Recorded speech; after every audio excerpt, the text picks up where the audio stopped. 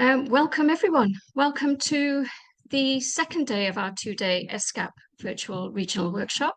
It's good to see some faces here again today and some names here again today. My name is Kerry Regan. I'm a consultant with ESCAP and I will be your moderator for today. And before we get started, I would like to just run through a few administrative bits via the slides that are on the screen before I hand over to Rikke for an opening for today's workshop. Today we are using Zoom. I'm sure you're very aware that we're using Zoom. Please make sure your ID code on your name is in place. This will help us identify who you are. We do have simultaneous interpretation today. We're between English and Russian. There will be a presentation today given in Russian, so please make sure you've also selected English if you wish to hear it in English. There's a globe icon at the bottom of the screen. If you click on that, it will bring up English, Russian, and you select which language you'd like. You will get live interpretation. We have two fantastic interpreters who are working with us and are there to support us. But please speak clearly. Those who are presenting need to speak clearly so that the interpreters are able to get the translation. Next slide, please, Rich.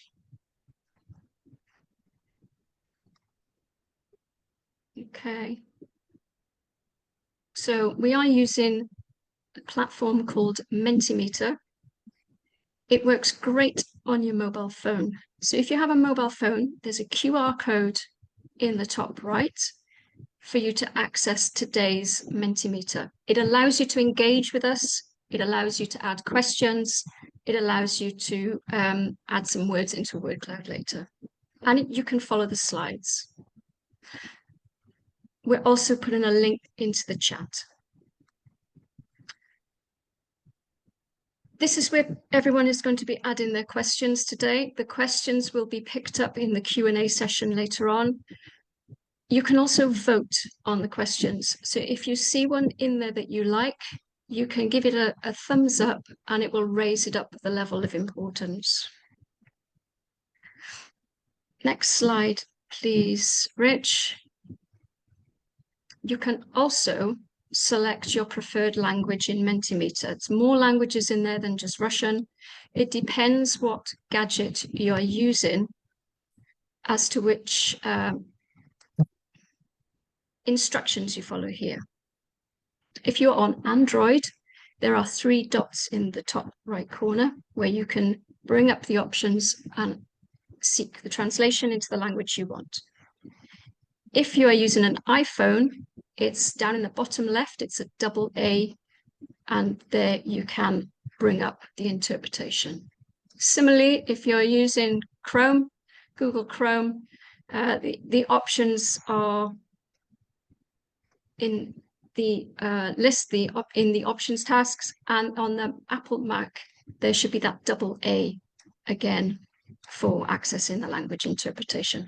I hope that's clear. I hope you are now able to adopt the language that you want and you're able to interact with us. Next slide, please. Thank you. So we are going to try to keep all microphones and cameras off, except for those who are speaking, and this will just help save bandwidth and help save with any distractions. But if you do wish to speak, please just raise your hand or put something in the chat and we will enable your microphone. The session is being recorded. We are going to share it via the website afterwards and also with everyone who registered after the event. Next slide, please, Rich. There's that QR code again. This is where you can input your questions for the NSO teams. Or you will be able to raise your hand during the Q&A and place questions into the chat. We're going to try and stay abreast of everything where all the questions are coming in. Please let us know which NSO your question is for, and that'll help us direct it to the right place. Thank you. I am now going to hand over to Rikke Monk Hansen, who's the Chief of the Economic and Environment Statistics section of ESCAP. And Rikke is going to open today's workshop. Thank you. Thank you very much, Carrie. And it is indeed my pleasure to open this second day of our two-day virtual workshop on big data and data science for official statistics. For those of you who also joined yesterday, a warm welcome back. And for those of you who are joining for the first time, welcome to you as well. I really hope you'll enjoy the interactions we are having today. Yesterday in the opening, I spoke about the background to this workshop, the priorities of government statisticians in the region in Asia and the Pacific, and the need for us, the statistical community, to continue to improve our statistical services and products.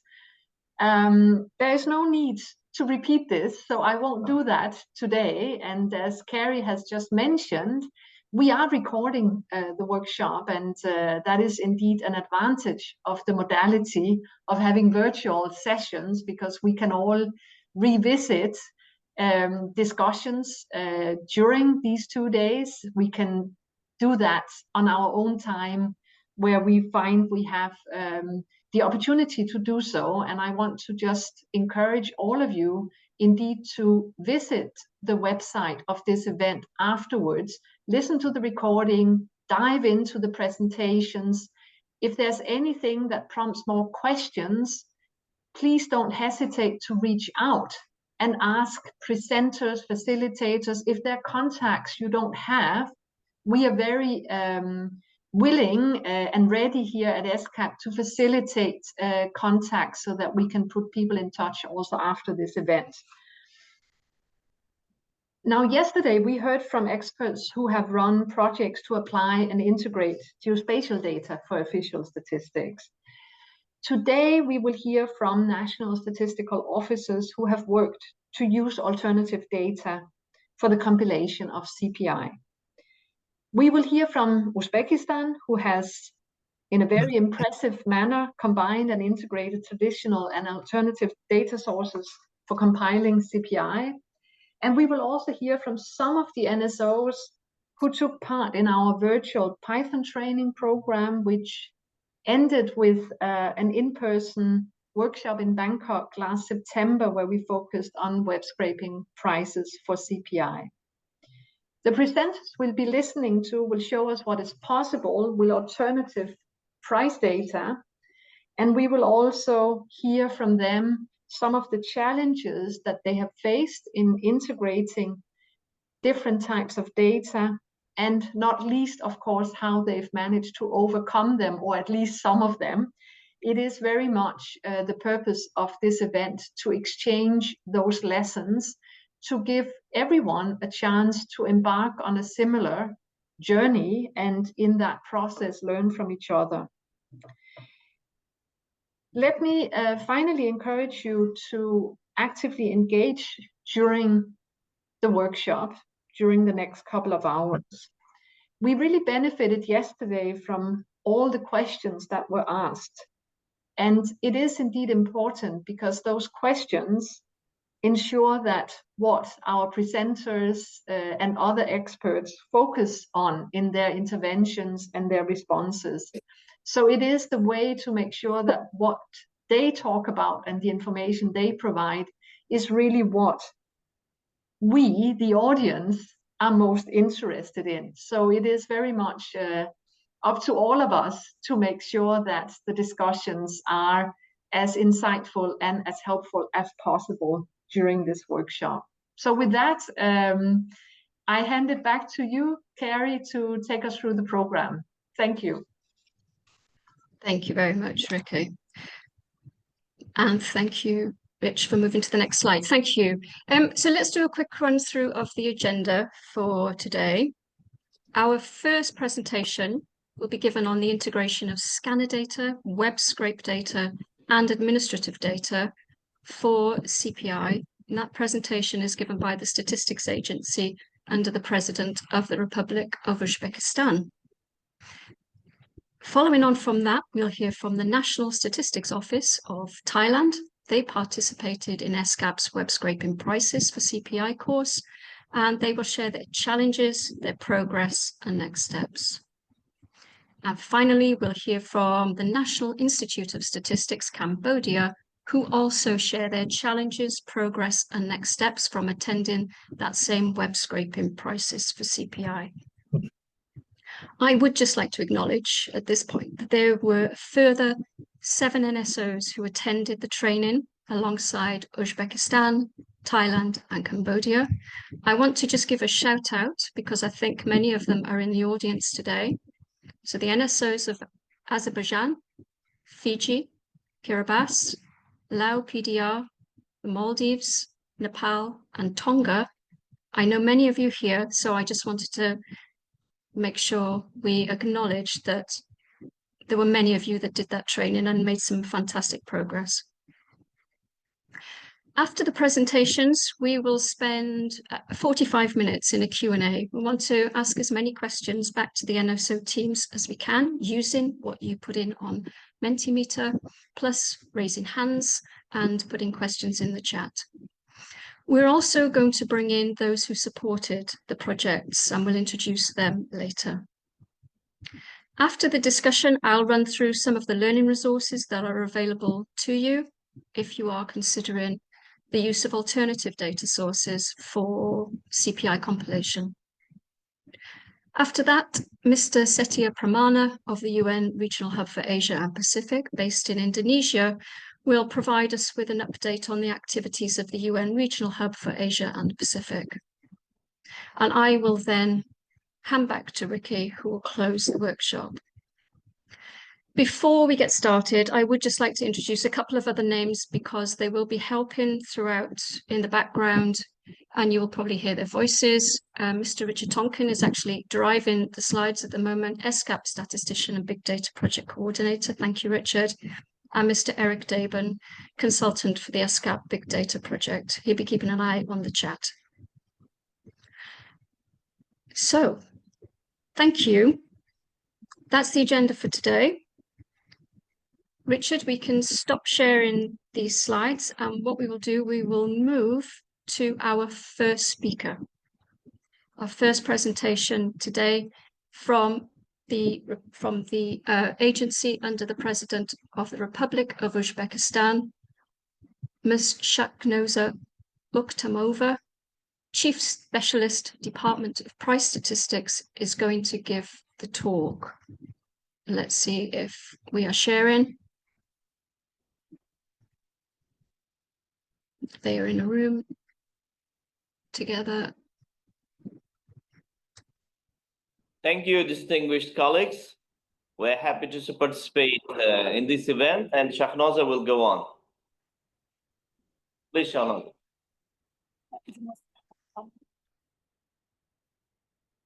Can you help us with the demonstration?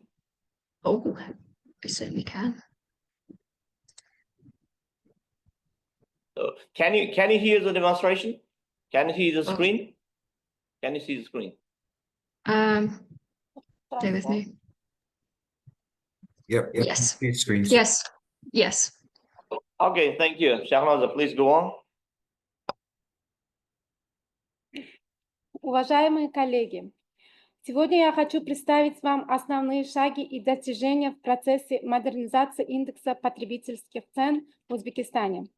Для этого я расскажу вам о предпосылках изменений, ключевых этапах, применяемых технологиях и ожидаемых результатах. Национальные статистические управления по всему миру совершенствуют методы расчета ИПЦ, внедряя новые технологии. В Узбекистане этот процесс реализуется при поддержке ESCAP. Основной целью является повышение точности и оперативности статистики, а также обеспечение более детализированной аналитики для экономической политики. Модернизация ИПЦ позволит нам повысить точность и актуальность данных, ускорить обработку информации, оптимизировать процесс сбора данных, улучшить прогнозирование инфляции. Мы стремимся к переходу от традиционных методов к цифровым технологиям, таким как машинное обучение и автоматизированный сбор данных. Основные этапы модернизации в нашей стране. Зарождение статистики потребительских цен в Республике Узбекистан как самостоятельного направления произошло в 1994 году, когда был выделен обособленный отдел, занимающийся ценовой статистикой. В этом же году при техническом содействии МВФ стартовали пилотные расчеты ИПЦ, структура которого рассчитывала 285 товаров и услуг. Утверждение первого полноценного методического документа по формированию ИПЦ произошло уже в 1997 году. 2020 год ознаменовался новым витком развития ценовой статистики в нашей стране. Так, в 2020 году был значительно расширен список наблюдаемых товаров и услуг до 510 позиций, что позволило сделать индекс более репрезентативным. Кроме того, с 2020 года в рамках сотрудничества с Международным валютным фондом в Узбекистане были организованы 3 технические миссии по совершенствованию методологии ИПЦ. Целью этого являлось внедрение передовых международных практик. В том же году важным шагом стало внедрение технологии КАПИ с использованием планшетных устройств. Внедрение этой технологии позволило нам избавиться от бумажного сбора данных, повысило оперативность их получения в онлайн-формате и максимально снизило влияние человеческого фактора. Кроме того, использование геолокации дало нам возможность контролировать посещение регистраторами объектов торговли и услуг. Модернизация отразилась в пересмотре методологии расчета ИПЦ, которая была утверждена в новой редакции в 2021 году. В 2021 году Узбекистан перешел на расчет ИПЦ в соответствии с классификатором индивидуального потребления по потребителям 2018 года.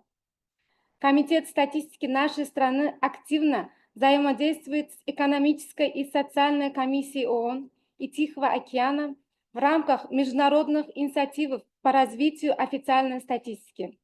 Одним из важнейших достижений сотрудничества начатого 2023 года стало внедрение альтернативных источников данных. Таким образом, модернизация ИПЦ – это комплексный процесс, направленный на повышение точности, оперативности и детализации статистических данных. Мы продолжаем работу в этом направлении, используя новые технологии и международные опыты. Далее я бы хотела остановиться на применении скан-данных и взаимодействии с налоговым комитетом в рамках формирования ИПЦ. Использование данных контрольно-кассовых аппаратов налогового комитета. Сотрудничество с налоговым комитетом Узбекистана стартовало в 2021 году. В результате этого партнерства органы статистики получили доступ к данным о точках продаж ЭПОС. Имея доступ к базе данных налоговых органов, мы сделали первоначальный запрос о ценах по более чем 2700 товарных позиций, реализуемых в 1600 торговых объектах. Часть полученной информации оказалась недостаточно корректной для использования в целях расчета ИПЦ из-за отсутствия сопоставимости или описания товаров. После полного анализа было выбрано 80 сопоставимых торговых точек из базы данных налоговых органов для ежемесячного сбора данных. В результате ежемесячно в базу данных статистики поступает более 500 тысяч ценовых записей по 180 категориям товаров из 80 торговых точек. При всех достоинствах, применяя скан данных, мы не ограничились только этим ресурсом для формирования базы данных о ценах. Современный потребитель все чаще совершает покупки в интернете, а интернет-магазины предоставляют огромный объем информации о ценах, ассортименте и характеристиках товаров. В этой связи статистические органы во всем мире переходят к использованию веб-скрейпинга.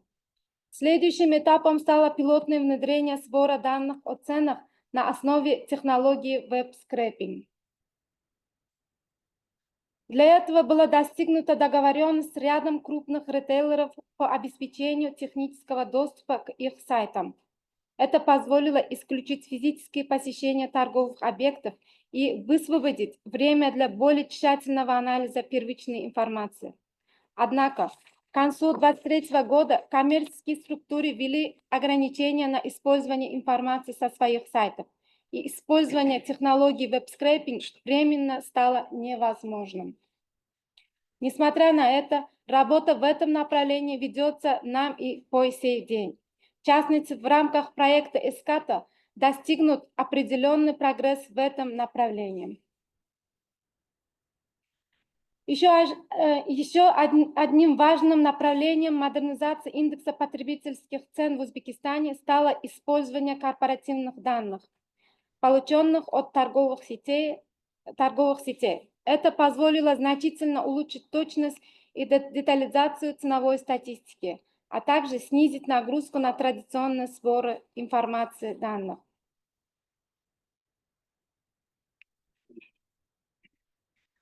Для эффективной интеграции альтернативных источников данных в индекс потребительских цен в Узбекистане была разработана новая архитектура обработки данных.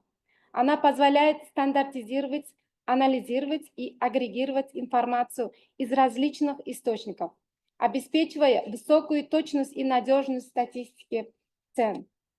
Ключевые принципы архитектуры: свободно связанная архитектура, которая позволяет изолировать этапы обработки данных, создавая независимые конвейеры обработки информации.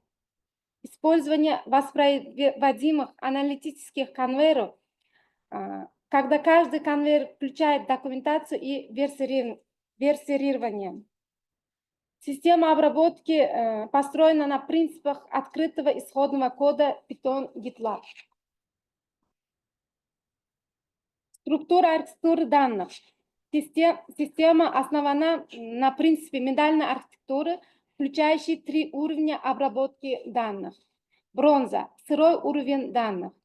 Содержит неструктурированные данные, поступающие из различных источников данных. Сильвер – очищенный уровень данных. Данные приходят в стандартизацию, очистку и классификацию. Голд – аналитический уровень данных. Агрегирование и готовые к использованию данных для расчета ИПЦ. Система получает информацию из 5 основных источников. Данные сканеров, ЭПОС, информация о транзакции из налоговых агентств, данные КПИ, результаты традиционных опросов, административные данные, цены на услуги транспорта, связи и аренда, корпоративные данные, ежемесячные каталоги товаров от крупных ритейлеров, и веб-скрейпинг, автоматические сборы данных с онлайн-платформ. Внедрение современной архитектуры обработки данных позволяет значительно повысить качество статистики цен в Узбекистане.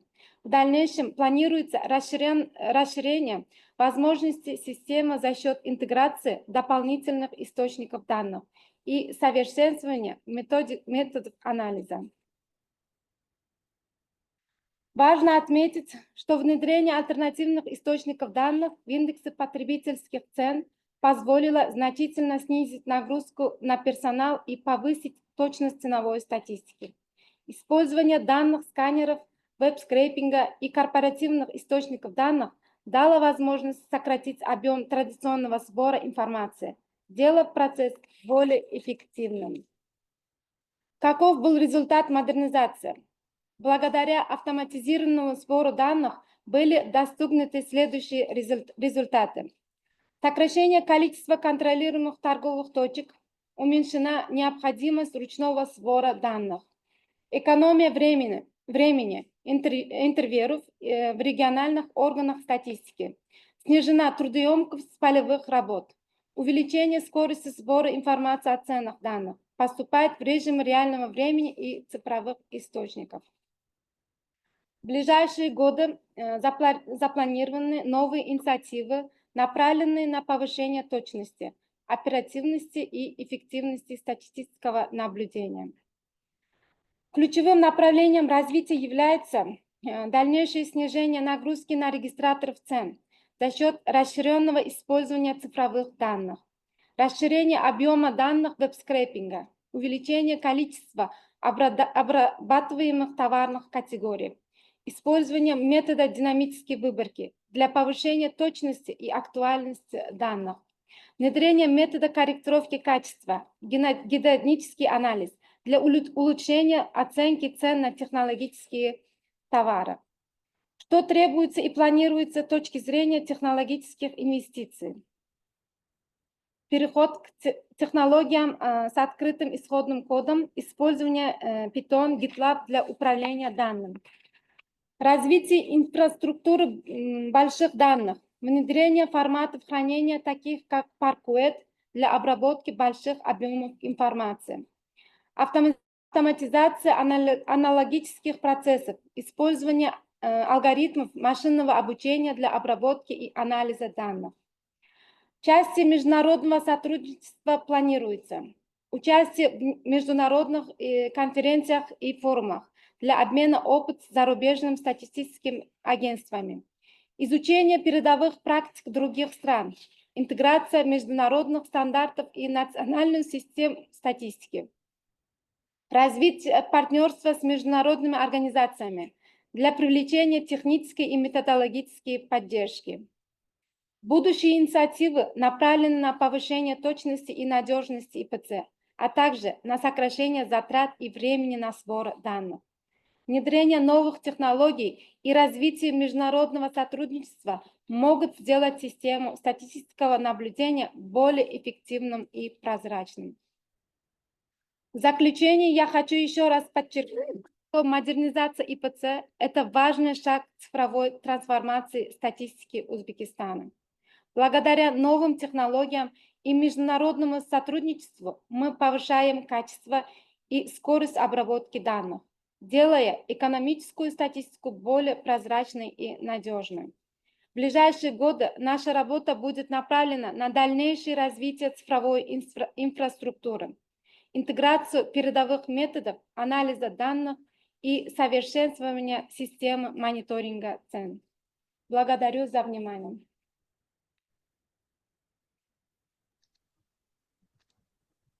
Thank you very much. Thank you so much. That it's an incredible amount of work that's been done, but I can see it's been over so many. It's like planned stages of how you got to where you are now, with support and help and funding, and I feel quite inspired for others of what is possible. I'm hoping some on the call today are thinking just the same as me. It's incredible what you have achieved. But thank you for sharing that. We're going to hold the questions, and I will introduce your colleagues later who are with you in the room. We will come through to the Q&A section, and I can see some questions already there for your team. But thank you. We will move through now to the next presentation, and we will hold your questions, if that's okay. But thank you very much. Really excellent. Our next speaker is Mr. Prawit Banjong from the National Statistics Office of Thailand, statistician in the Economic Statistics Division. And Prawit is coming at this from a different side. Prawit has only just started on the journey with web-scraped data.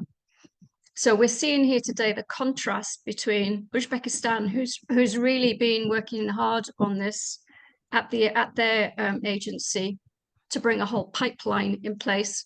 And we'll see now what it's like when you're just starting out with that sort of ambition. Prawit, over to you. Okay, thank you. Good morning, good afternoon, and good evening, everyone. On behalf of Thai NSO, I would like to thank you, ESCAP, for supporting us throughout this work stream on the application of web-scraped for price in CPI, and inviting us to join this regional workshop. Today, I will present about our strategy to move forward in the Thai NSO and how we learn from this work stream. Okay. Refer to the primary mission of the Thai NSO about the statistical system management, statistical dissemination, and statistical production. Thai NSO set the 5 strategies to drive our organization.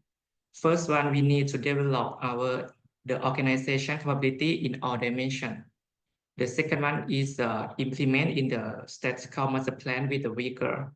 The third is that each organization can enhance statistical production through the digital innovation. Fourth is the elevate the provision and promote the utilization of statistical data and information for all sectors. And the last one is the Thai NSO should advance toward the sustainability. In the Thailand new data ecosystem, many government agencies produce various data types under decentralized statistical system. Apart from the primary mission of the Thai NSO in data and official statistics, Thai NSO needs to extend the mission in the data management, data integration, and strategic partnership to cover all areas of the data types, such as government data, open data, big data, and so on. Improvement in the statistical production from the alternative source is one of our organization essential goals. Last year, we requested technical support in the web scraping for price statistics from ESCAP and joy through the work stream. I think everyone probably already knows about the consumer price index, or the CPI is a part of the consumer price statistic. That is the price of the weighted average market basket of the consumer goods and services in a household purchase. Change in the measure in CPI can be tracked as a change in the price over time. CPI is generally calculated using a representative of the basket of the goods and the service from each household in each area. The basket will be updated periodically to the reflect change in the consumer spending habits. But how to produce the CPI in general? The price of the goods and service in the basket are traditionally collected in the face-to-face interview. From the sample of the retail and the service establishment in the famous market, which offer wide variety of the goods in each area throughout our country. For Thailand, we have the decentralized statistical system. The Ministry of the Commerce and Trade Policy and Strategy Office is the mainly office to compile the CPI. But NSO will support the work support about some data in the working group in the compiling CPI. The Thailand CPI is compiled based on the 3 primary sources of data.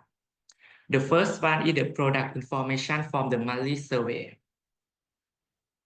This one contains the list of products, specific characteristics, unit, price, and contact information from each establishment.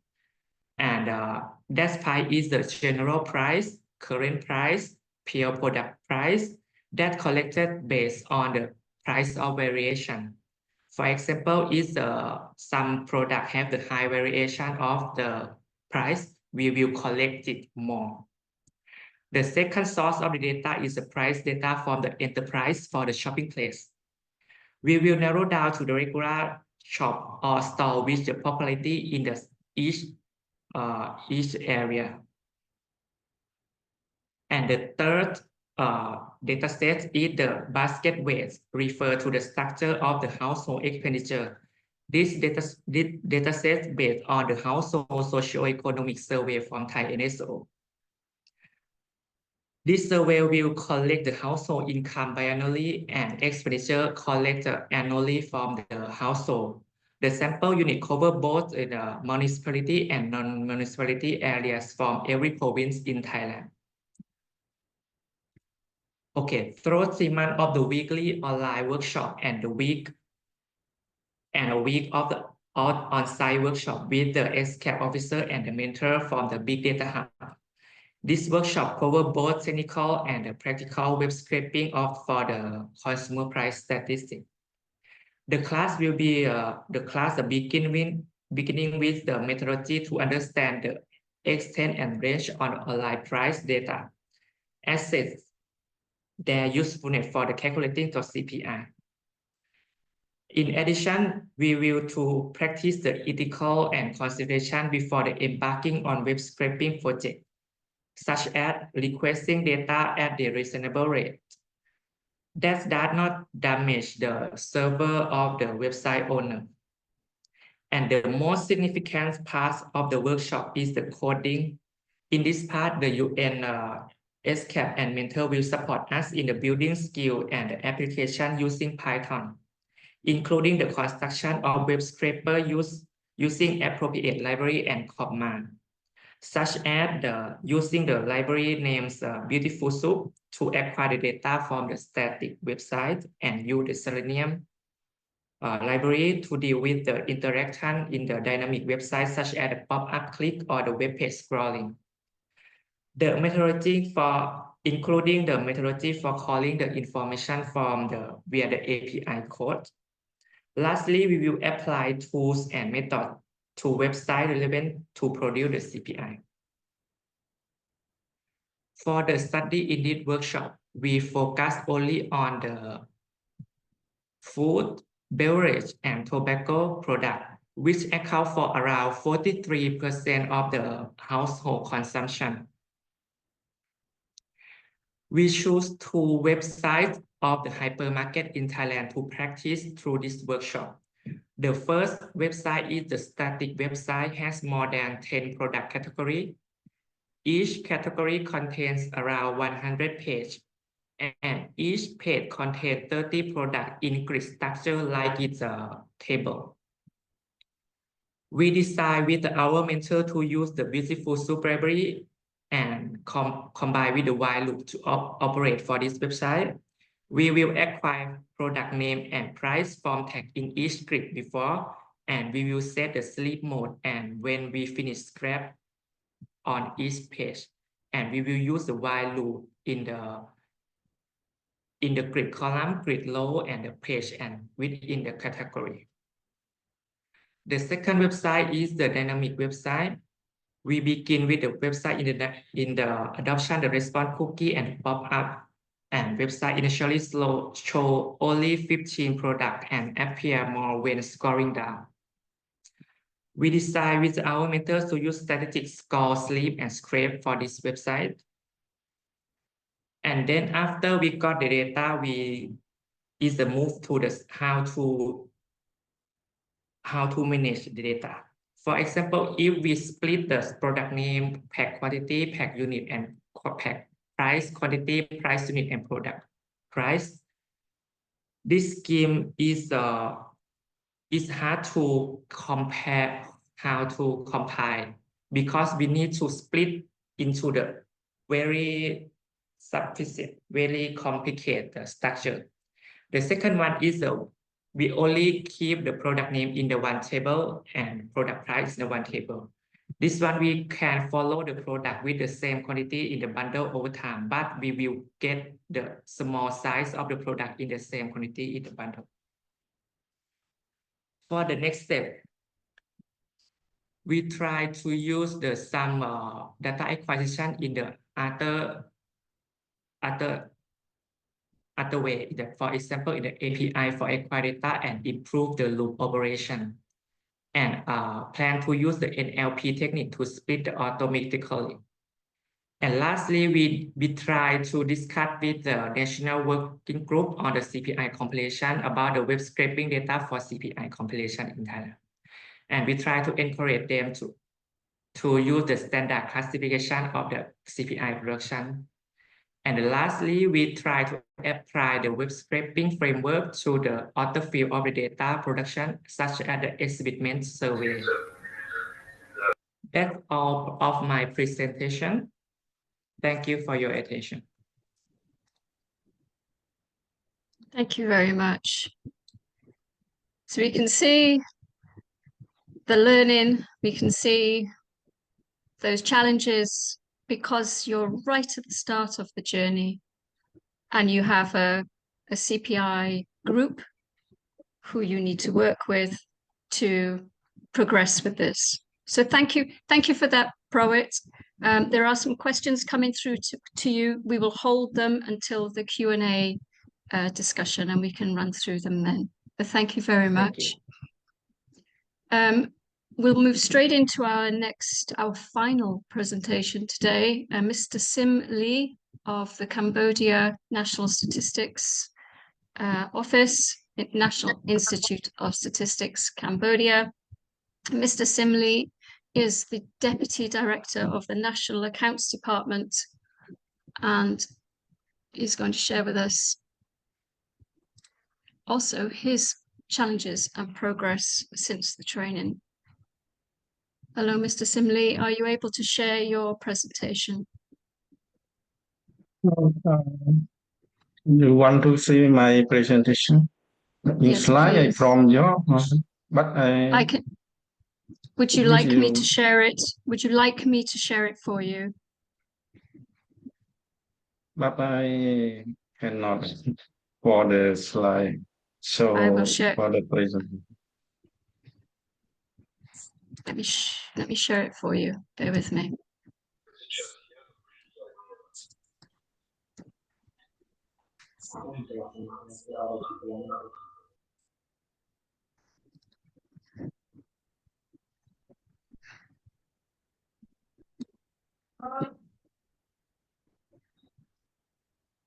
Over to you. Okay, thank you everyone. Good morning and good afternoon. And first I present my presentation. I would like to thank Curry that she supports my present slide. It's called NIS not yet conduct the work correction. It's called now NIS is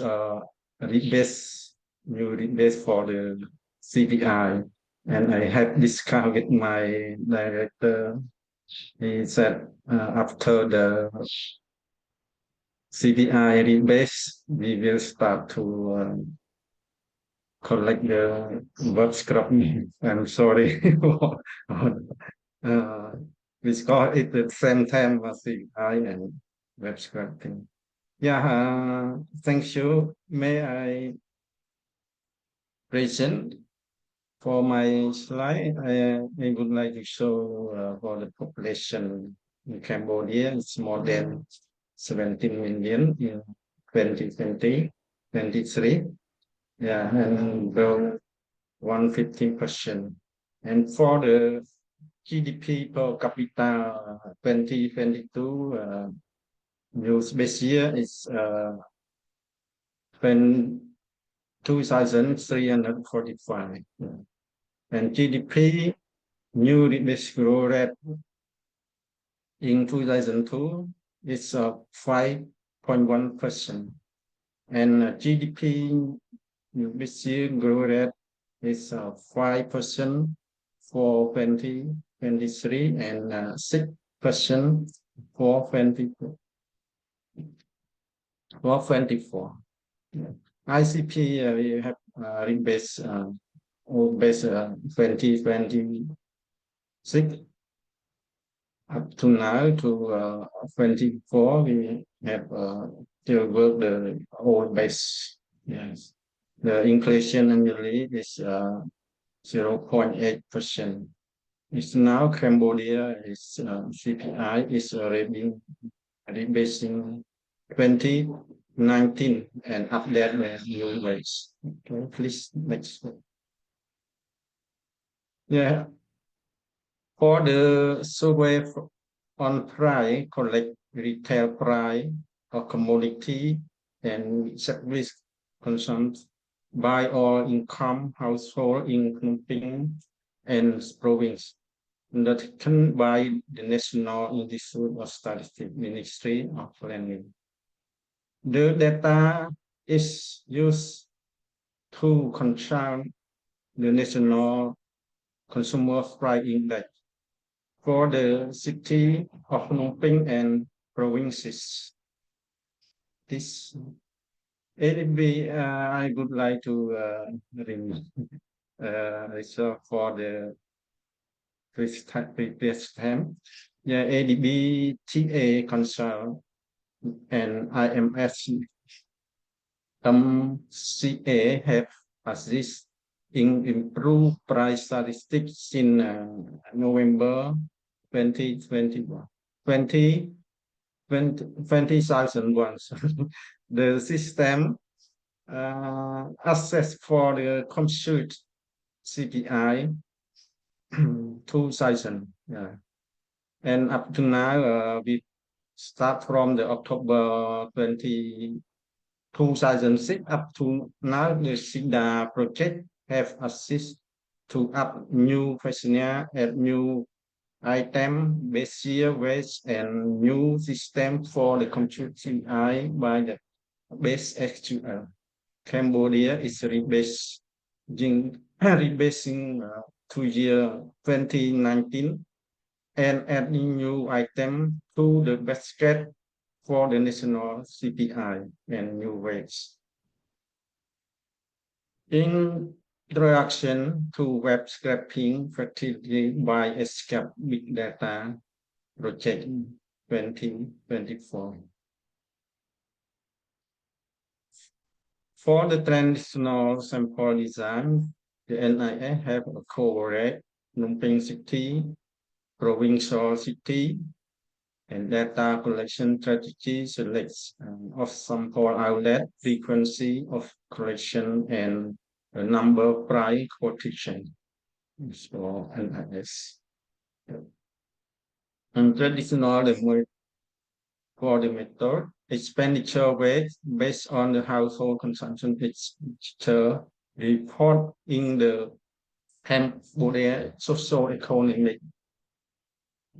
We take from the CSES, socio-economic survey in 24 and new update CSES from 2019 for the CPI.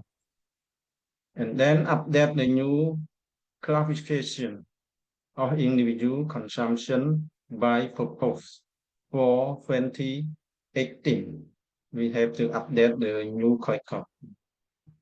For the web scraping facility by ESCAP, Python training program follow by 1 week in-person workshop in the Bangkok, September 2024. Website scraping for the price collection. Website select as part of training. We have 3 options. Yes. 1, imimallcambodia.com.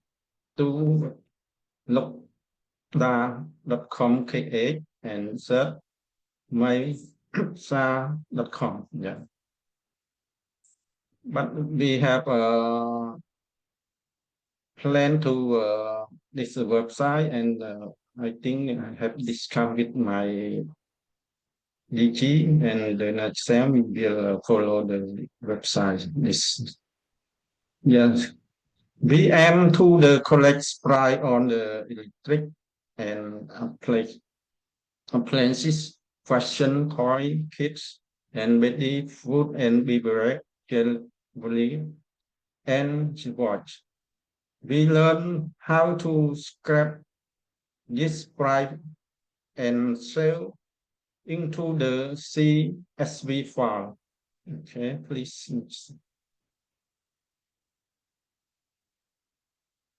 And for the challenges, first time we learn Python. So this what we call at the start for the web scraping. The more practice, the better we become to learn for the scraping. Our biggest blocker, not many online websites with this category. We need for the CPI basket of good. Some websites are dynamic and are more difficult to scrap.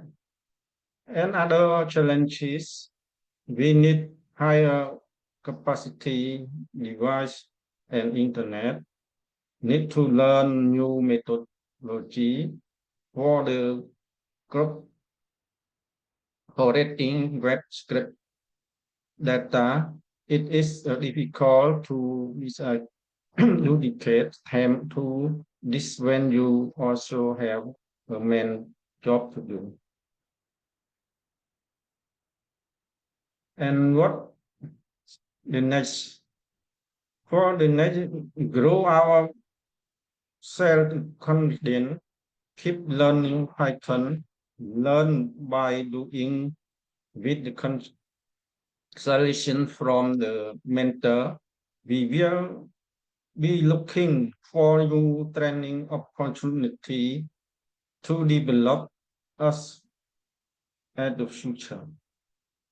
We also want to share our knowledge with colleagues at NIS, look for opportunity in another survey area at NIS that can benefit from web scraping and Python application.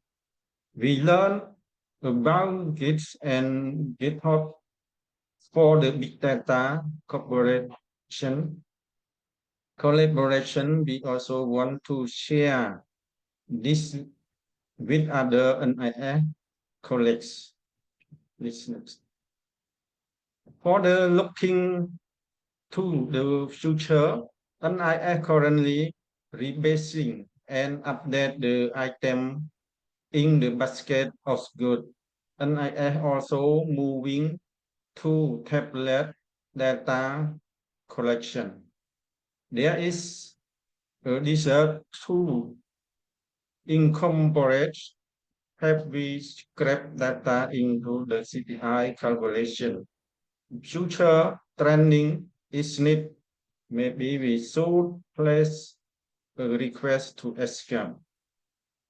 There is growing desire from the big data project at NIS and the digital government policy 2022 to 2025. Big data is a potential data source for the production of official statistics with the potential for the web scraping data for CPR.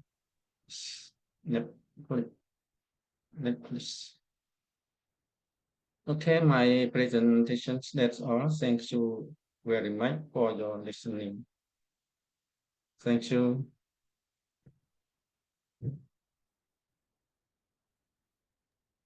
Thank you, Mr. Simley.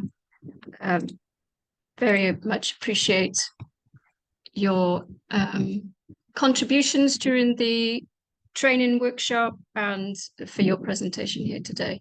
Thank you very much.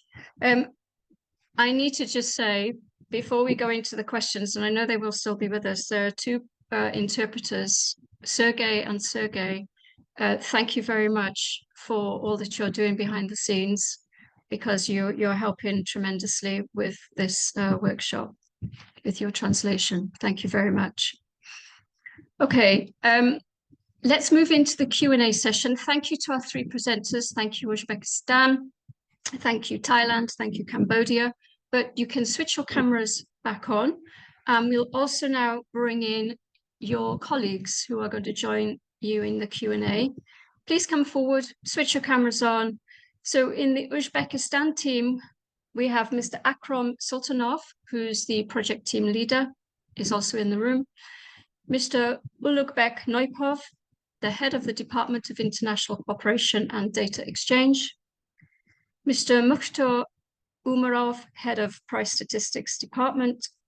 Mr. Shokru Odilov, head of Department for Development of Digital Technologies and Interactive Services. And Mr. Javakubek Jamaldinov, deputy head of Price Statistics Department. Mr. Sumate Boy may also be joining from Cambodia. I'm not sure if he's going to make it. He's the head of IT at the NIS in Cambodia. Also joining the NSO teams, I'm pleased to introduce those who supported the web scraping training program. We should have Miss Frances Krasnich, Principal Analyst at Statistics New Zealand. Mr. Christophe Bontemps, Lecturer at UN Statistical Institute for Asia and Pacific. And we should also have Mr. Luigi Palumbo, economist at the Bank of Italy.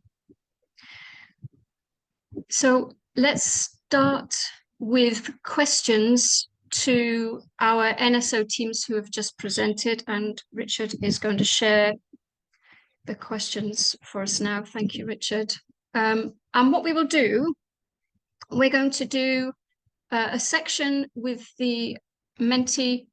We will take a question for each NSO. We will try to be fair and share this out amongst 3 NSOs. We're also going to ask some questions to those who supported the projects. But do raise your hands. Do use the chat facility as well. If you haven't been able to get into the Mentimeter, we will accept questions coming in from different paths. So first question, let's get this underway. Uzbekistan. Can you explain, this is a great question. Can you explain the setup and relationship between the IT team and the prices team, and how IT is enabling and supporting your team in the modernization of price statistics?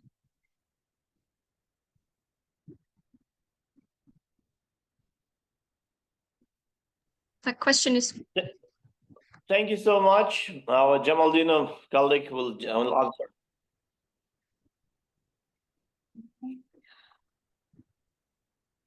В Узбекистане модернизация статистики цен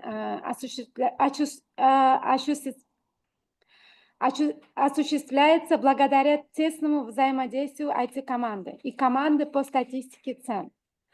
IT-специалисты играют ключевую роль в обеспечении технической инфраструктуры, автоматизации процессов и интеграции новых источников данных. IT-команда предоставляет техническую поддержку, разрабатывает базы данных, автоматизирует процессы обработки данных и обеспечивает надежность и безопасность систем. Взаимодействие осуществляется через регулярную координацию. Специалисты по статистике формируют запросы, а IT-разработчики внедряют соответствующую техническую решение. Thank you. Next question. Thank you for that. So I'm hearing collaboration between the IT and the prices departments is essential for this modernization to work. Thank you for that. I hope that's answered the question, whoever placed that question. We're going to keep moving through. We're going to actually find a question for Thailand. Proit. You are just starting on your web scraping journey. How difficult was it to get started in Python? You have to reflect back here on when you first got started. Do you have any advice for others who are thinking of starting web scraping?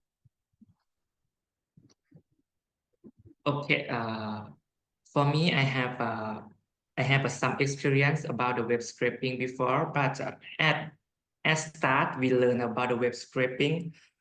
We start with the very basic. We learn about the fundamental concept in the structure of the HTML for the web page, and begin with the simple website and practice to work with our computer technician to scraping with the simple website, grabbing the data from the simple and static website before.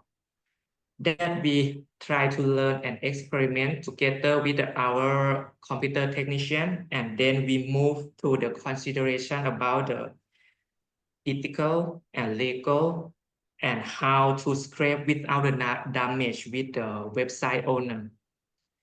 And then we just move to the scraping with the more complex website. we just start with the simple and more complex and more complex and more complex. And lastly, we still practice and experiment together with another one who needs to know in the web scraping. And we try to learn from the many sources in the free source, such as we have many websites to training you about how to scrape, how to use the Python, how to study, how to learn about the HTML structure or the CSS structure. That's, I think, the main point that we need to advise to another one who needs to learn in the web scraping is keep practice and experiment by yourself. You will learn a lot from yourself, and start with the more simple and start with something that you need to know. Yes, that's all for my advice for today. Thank you. Thank you, Prawit. So start small and build. So that's a great advice for others. Do we have a question, please, Richard, for Cambodia? Yes, we do. Mr. Simley, are you there?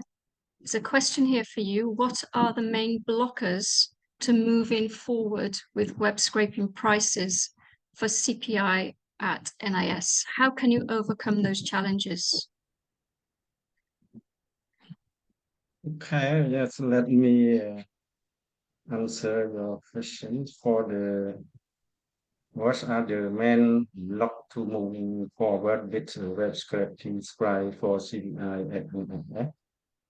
How I will overcome two challenges regarding to the web scraping. The NIS CPI staff rebase GS update the new weights and update new item and change code 2018. For the web scraping, NIS will plan to do after the NIS CPI update new CPI this year and update compute the national CPI in Cambodia. But for the web scraping, my NIS will interest the digital policy for the for the web scraping. But now we have opportunity with the same time for the CPI basing and web scraping the same time we can sorry. Okay, my answer finished. Thank you. Thank you. And you did share your challenges in your slides. Okay, thank you. Let's go back to Uzbekistan. There's lots of questions in for you, Uzbekistan. You are collecting price data directly from retail outlets in the form of scanner data. How difficult was it to obtain agreement from retail providers to continuously provide this data? And I think it needs to be continuous, right? Otherwise, you lose your data. Over to you.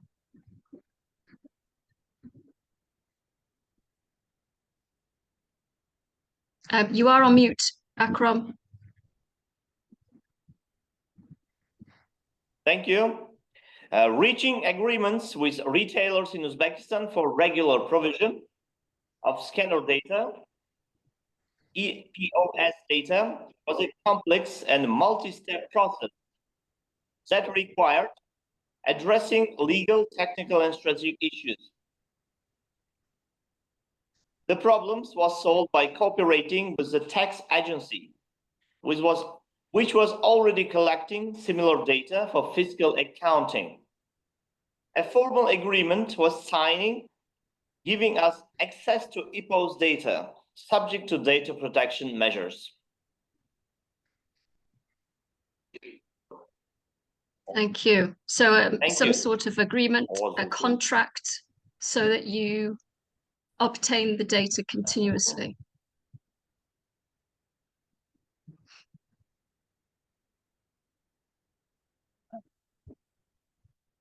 Okay. Да, можно я отвечу, да? Please go on. Да, у нас есть утвержден техническое задание с налоговым комитетом, да, по предоставлению этих данных. Но есть еще и меморандум, непосредственно утвержденный с ритейлерами. Один из ритейлеров, да, насчитывается более 300 филиалов по республике. У нас есть меморандум, и попрямую они нам предоставляют данные о ценах. Но основная часть данных мы получаем из налогового комитета. Спасибо.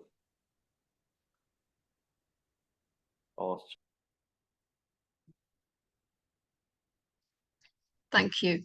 Thank you very much. And it's probably quite specific to Uzbekistan.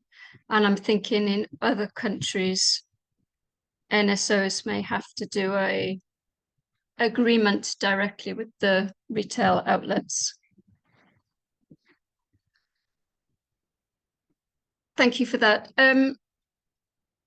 There's a question, I think that's from India.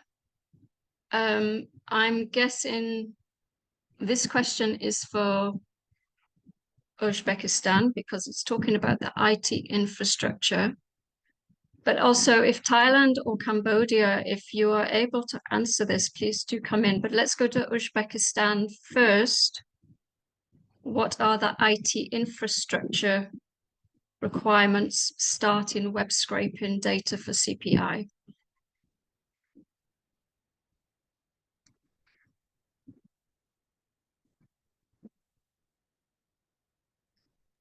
Uzbekistan, Only three things: computer, internet, and Python software, and of course the experience. Of course, the experience of our experts. And is that's more. The starting point? You just need, yeah, your internet, the code, a laptop, get started. Thank you. Do any others, Thailand or Cambodia? Do you think you're going to need some IT infrastructure? For Thailand, about IT infrastructure, I think we didn't make something bad in Thailand. But if we have some advice, it depends on the which data do you need to scrape. It's very big. You need about a large of your servers to collect all data, because when you scrape data from the website, almost of the data that you scrape will not use.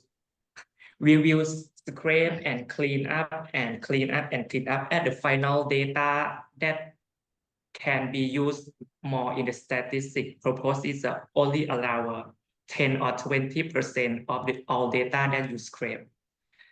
That the first one is, do you make sure how large of your server or the something you need to keep data that you scrape at first? Yes, I think this one is most considerable for the starting in the infrastructure. Yes. Thank you. Thank you, Prowit.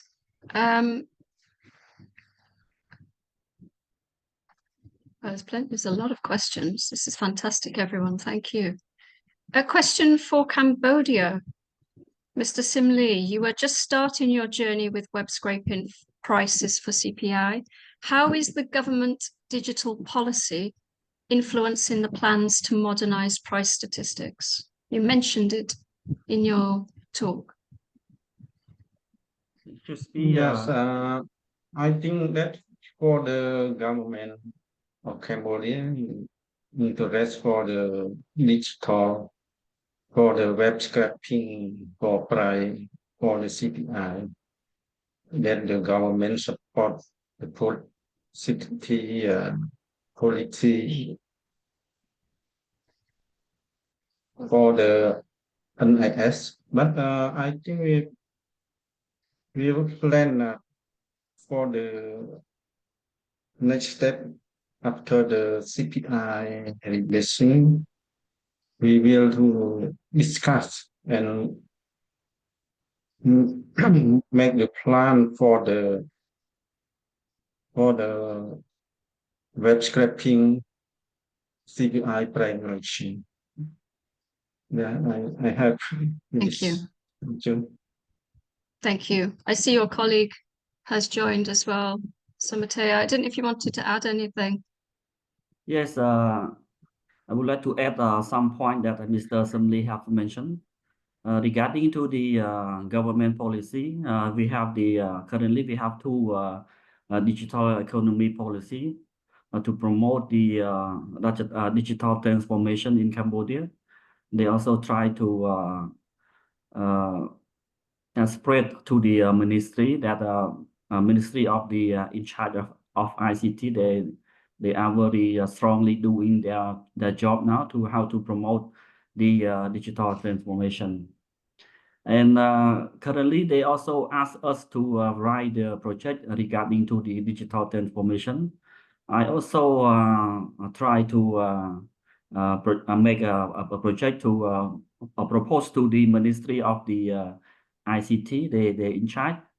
And this is what the government of Cambodia promote the digital policy. And one more thing on the ICT infrastructure as well. NIS have the capacity to do on the to store and to manage the data that we collected from web scraping for price CPI. I think that is no problem on ICT infrastructure. And one more thing, the ministry that they in charge of ICT, they also currently build the data center for the whole country. That is the good news that we can take this opportunity to use the data center to store the data from web scraping. I think for the web scraping, there is a small data, not much huge. Yeah, if we do on the big data project to collect data on mobile positioning data, that is more data that we need to consider on the ICT infrastructure. Yeah, thank you. Thank you very much. Thank you for joining us. I know you're on a training course and you didn't know if you would make it, but thank you very much, Mr. Samate Boy. One more for Uzbekistan.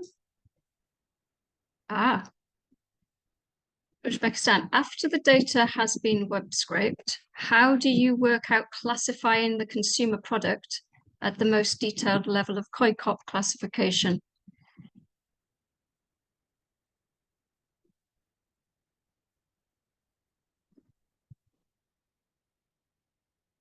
Вопрос? Thank you. Our colleague will answer, who directly working with that data. Please. Спасибо за вопрос. Да, у нас сформирован так называемый переходник, да, мы получаем данные из веб-скрапинга. Там у продуктов имеются ID-коды. Вот ID-коды мы сделали переходник из этих ID-кодов в наш классификатор KIPS. И благодаря этому, да, вот все процессы у нас автоматизированы, мы получаем данные из этих ID-кодов, переходят на наш KIPS код, и мы осуществляем все необходимые расчеты.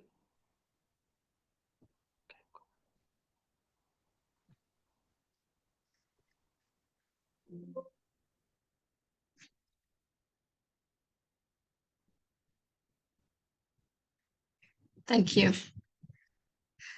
Okay, thank you for the answers, NSOs. We may come back to you again with more questions. Do bear with us, but we'd like now to turn to our other panelists who were supporting the training program. Francis, can we come to you first? I'm sorry, sorry. Oh, I'm simply. hello. May I know the COICOP for COICOP for the web scraping and item for web scraping and item for the CPI same or different for the COICOP? Is that question to Uzbekistan? Yeah, I mean COICOP for CPI item and item COICOP for the web scraping same or different? Same. Thank you. Okay, Francis, coming to you as someone who supported the training. Welcome. Nice to see you again.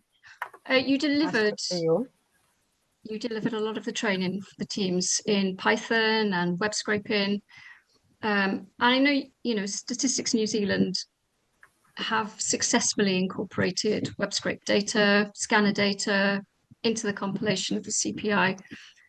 Do you have any reflections on some of the challenges that have been faced by countries, and are you able to offer any advice for countries as they progress?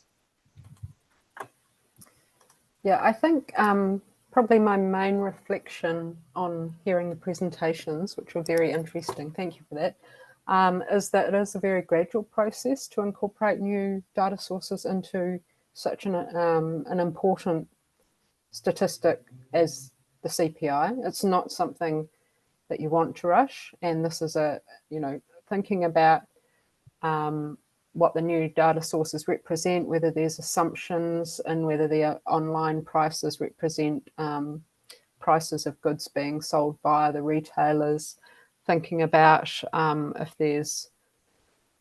if there's possibility for collecting more data, being careful that you're not reflecting compositional change in the price indexes. So that could be either through using some of these multilateral methods which are required for data sources such as scanner data, or with online data. I think that although much of the international guidance does talk about using it at scale, I think realistically the big opportunities for stats officers with online data is to replace their current field collected and manually online collected prices on a one-to-one basis, so that the methodology, the price index formula are remaining the same at least in the first introduction. So I do see the incorporation of these kinds of data sources as a very gradual process, and I think it should be a gradual process, and that we do have a lot to learn from each other's practice. So being engaged with what's happening in the international research community via conferences, via the guidance manuals put out by ILO, other international bodies, is really useful.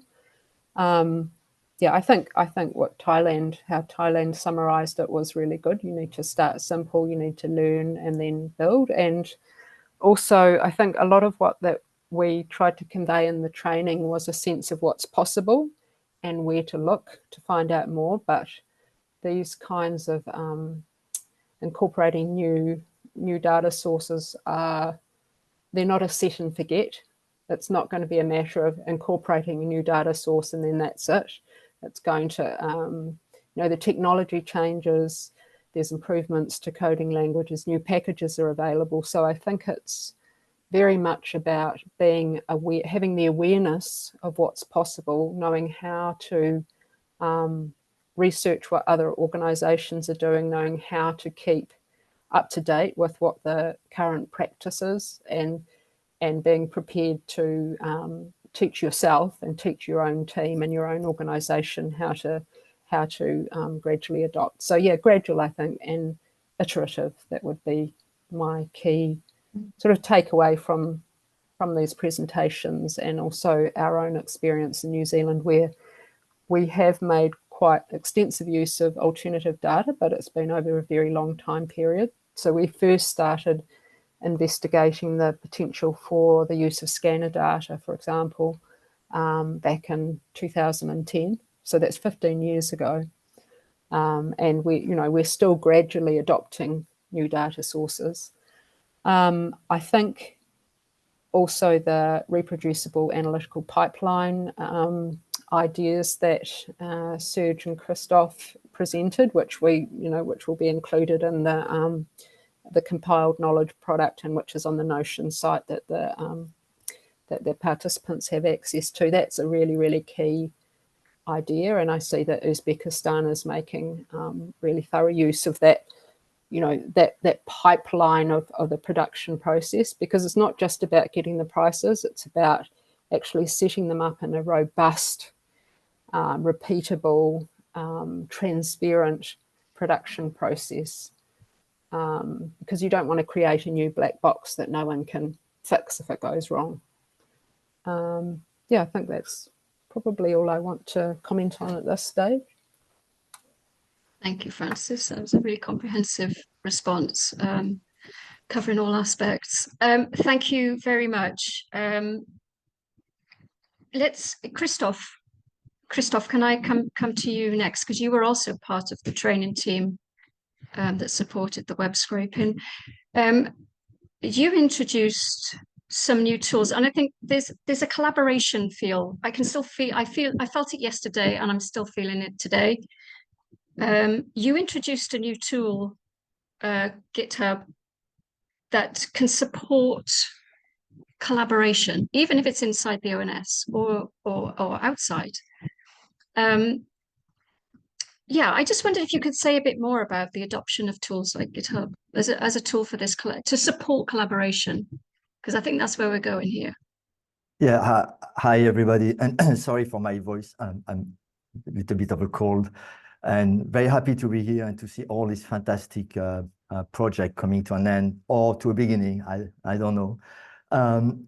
Yeah, so maybe I will provide a little bit of context of what we did with Serge Gusev as well during this training. We tried to introduce good practices for developing, in the case of web scraping project, but it's also something that resonates with what we've seen yesterday, and the term GitHub's pipelines were quite widely used by our colleagues from different NSO and different projects. So we try to make that central in the approach. Why we think this is important, and for that, maybe I could just emphasize the fact that all these projects are now based on programs, that is algorithm. An algorithm is supposed to do something you program it to do. And a provocative question here is, how do you know that what you are programming and what the algorithm is doing is really what you want? And to manage the risk of the algorithm not doing what you want it to do, including when there is collaboration, you are perfectly right, Kerry, in emphasizing the collaboration. You have many risks in that. First of all, you may not understand what the algorithm is doing. You or someone in your team who may have left was the only one who understands the code. So for that, there are good practices of modularity, transparency, documentation that we try to highlight and emphasize. And I think this is really important. It's not only the efficiency of the approach, having a pipeline, and we saw a very good example. We saw a pipeline in Uzbekistan a few minutes ago. We heard about GitHub also from Cambodia, but why again is it important? It's not just in terms of efficiency, it's in terms of collaboration and mitigating risk. There are some other risks that reproducibility is one. How can you be sure that what you're doing is reproducible? And reproducibility is very important to assess that your results are stable over time. And if not, you may have an idea of why not. Is it coming from the raw data? Is it coming from your algorithm? Is it going from something that went wrong? You need for that, once again, good practices and a good documentation all over the chain of this pipeline. And finally, another risk is not understanding the change made. And who did what when? This kind of question. Why did I change? Why I was not aware of that? And for that, GitHub is central. You know exactly the answer of these three questions: what, when, who. So I'm pretty sure, and I've seen in the presentation, some are explicitly or implicitly that all the presentation were using pipelines and GitHub or GitLab, depending on the infrastructure available at NSO.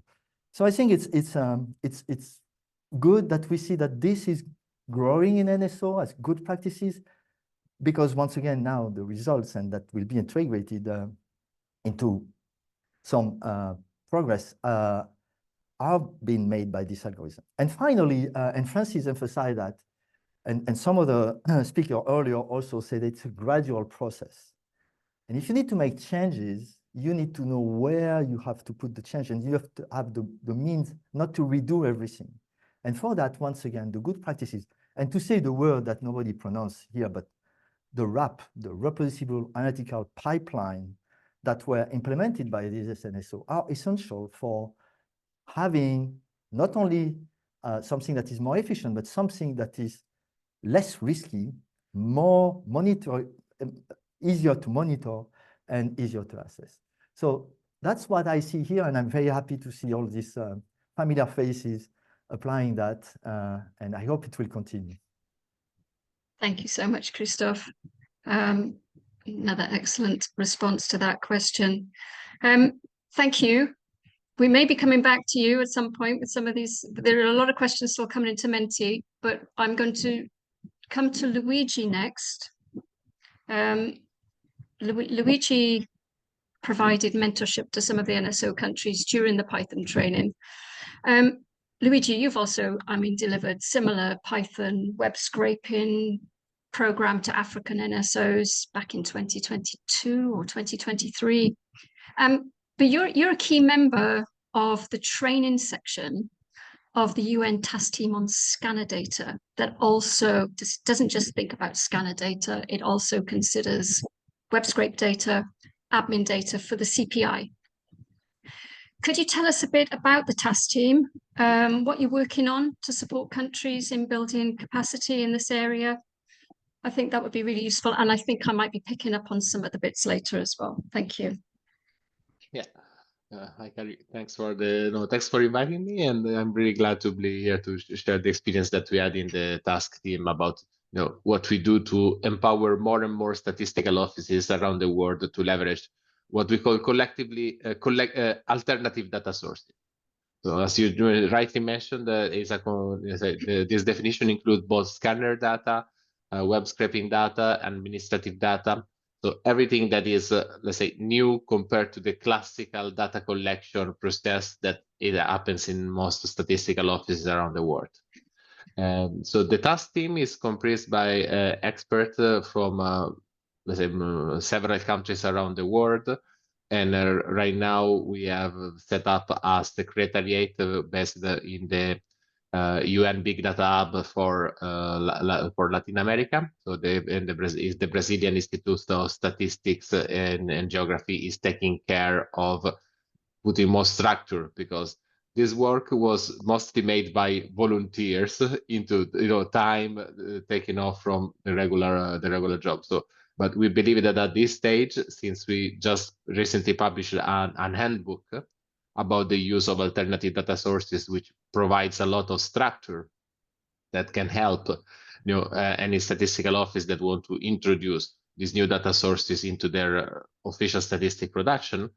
We believe that we should provide a little bit more structure and continuity in order to keep the material up to date and continue to increase the material that we provide as a support for this process.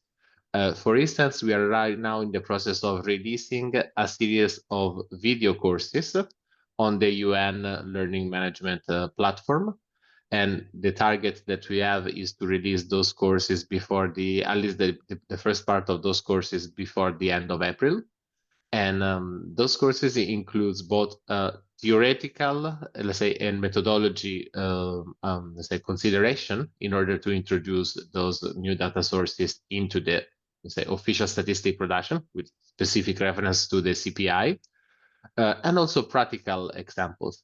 So as Christophe just mentioned, we GitHub is one of the main platforms to share code and to enable other people to learn from, say from previous experience.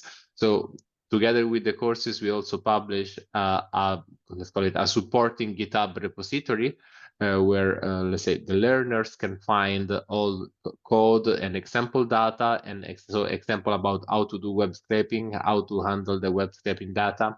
There is another section about also index calculation and the consideration that data cleaning and classification, which is a very big topic, since let's say when you collect data from the internet, sometimes you need to reconduct this data to your traditional classification. So this is all a series of initiatives that we have in place within the task team to provide let's call it a shared and common learning material that could be a reference for statistical institutes around the world.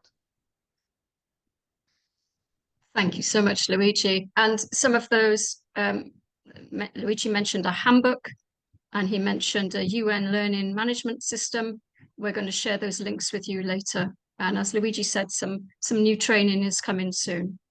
And it sounds like the handbook will provide a good framework for everyone to work to, which is excellent. Thank you very much. Thank you for sharing that. Shall we go back to the Menti and see what questions we have in there? Richard, you mentioned that there might be some more coming in, and I think there may be a question in the chat. A question, which one would you like me to go to first? Would you like me to go to the question in the chat first from Pakistan for Uzbekistan? Go ahead. This one in the Menti seems very popular. Okay. Oh, 7 thumbs up. Okay, let's start with this one. Everyone, this is for everyone. What is the strategy to overcome the sustainability of web scraping? For example, what if you suddenly get blocked? Or what if the HTML API of the data source suddenly changes or is taken down? Great question. Sustainability. Who would like to try to answer that one? Well, and this is for everyone. This is. I can try to give it a go. Go for it. Well, the best strategies is to avoid this to happen through contact with the data provider source. So I mean, one thing that we also stress in the learning material is that the end goal is data, not web scraping.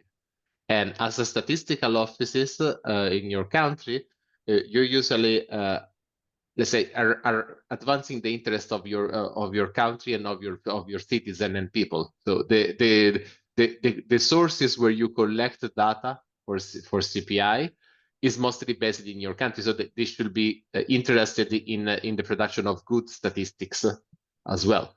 So, and as a public institution and national statistical office, you're usually not a competitor to them. So the first thing that you should do when you start to acquire data from a source is to contact them. Declare who you are. So you are the National Statistical Office. Share with them the purpose for which you collect the data and the importance that this data has in the production of good statistics for your country. So in this case, you will let's say reduce to almost zero the risk of being blocked. The point is that the people that are hosting those websites, they don't know who's scraping data. It may be a competitor, it may be somebody that just wants to take advantage of their data to build another product or service. So they may have an interest in blocking. But instead, if you contact them and you provide a way to identify that these requests are coming from you as a trusted national statistical office, then you should remove this risk of being blocked. Yeah. So it's contact, talk with them, build the trust and build the connection with the data provider. Thank you, Luigi. Great answer. I hope that's answered to it. That's a great question, by the way. Oh, Francis also, and Christophe. Okay, Francis, you're first. I wanted to add that in terms of the websites changing, that is something that will happen, and that's why these processes need to be, they can't be set up and then that's it. They need to be continually maintained, and you need either staff within the prices team or in the IT team who are able to be contacted quickly to make the adjustments for when formats and website structure changes, because that is part of the capture of the data. It's not just the initial setup, but the maintenance process for ensuring that when things change, you've got some kind of flag or diagnostic that alerts you as soon as possible, and then you go and make whatever adjustments are necessary to the code. Thank you, Francis. Christophe? Yeah, I just wanted to, probably I will repeat what was exactly said, but in my own way, if you allow me a few seconds for that. There is a technical answer and a human answer to this. So the human answer, Luigi mentioned, right? We have machine talking to machine, but if we think of the big picture, we have humans that code data to be in a machine, and we have machine that is coded by us to decode this and to get the data. So somehow the machine talks to the machine while the human could talk to the machine, to the humans. And I think this is what Luigi said, right? Let's human talk to human, and then we will not be here, but things will be much easier and also much more reliable, more stable, more sustainable in the future. Now for the technical answer, if you can switch from web scraping to API, that is with something that is more structured, more stable, it's easier. And also if your code is modular, only the first part that is in contact of the raw data will change if there is a change in your in the website. So the technical answer, and Francis also say that, right? And so there is a technical answer, there is a human answer, and you can pick whatever you want depending on your case. Thank you. Thank you all. Can I go to that question in the chat, or do you want me to answer this one, Richard? This is a good one. Yeah. Well, yeah, feel free to go to the chat first and then come back to this one. Or... Oh, Uzbekistan, we have a question in the chat for you from Pakistan. How much CPI data is obtained through big data? I think that's the question. What's the percentage, maybe? Because I assume you still have traditional data as part of the pipeline. Uzbekistan, do you hear us? Thank you. The scanner data obtained through integration of database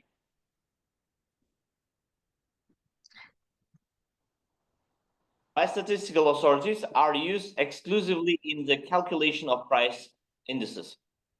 As it was emphasized at the report, the scanner data allows analyzing broad questions concerning different spheres of economy.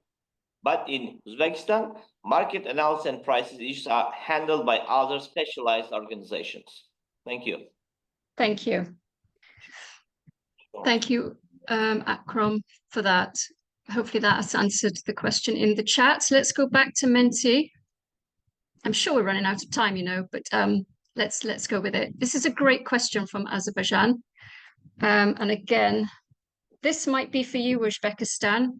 How does the integration of scanner and web scrape data contribute to market analysis and competitive pricing strategies? You're awesome. Thank you. Automated price collection from online stores allows you to take more products and services into account. Real market prices are taken into account, including discounts, promotions, and seasonal fluctuations. Access to regional and international online platforms increases the representativeness of CPI,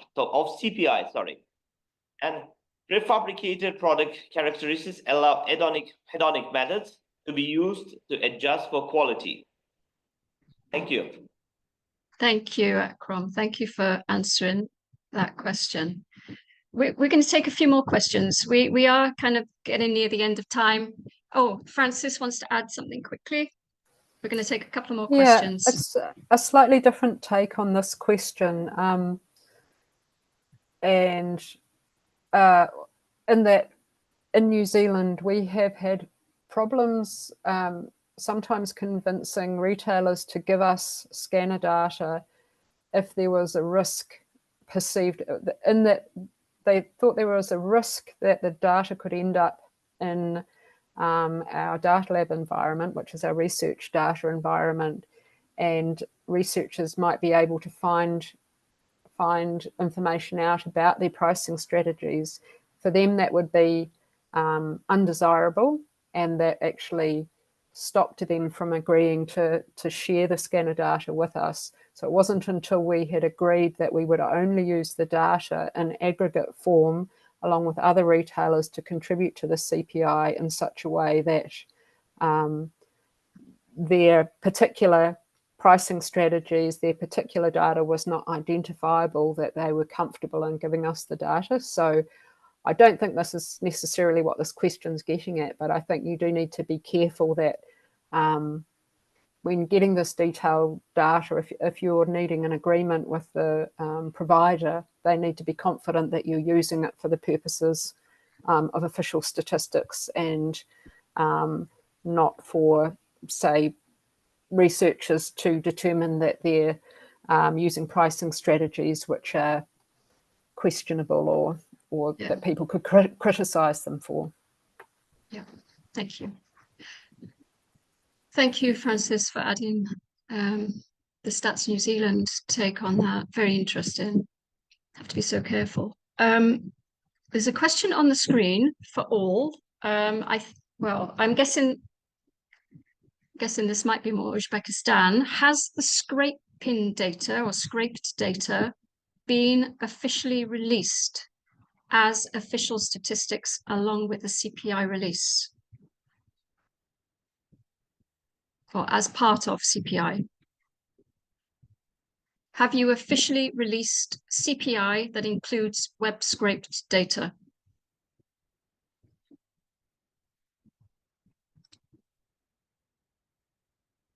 Uzbekistan?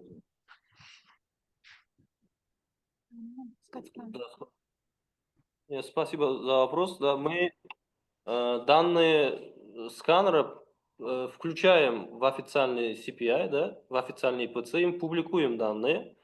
То есть полученные данные путем скрапинга мы используем в расчетах официального ИПЦ и официально публикуем эти данные. Спасибо.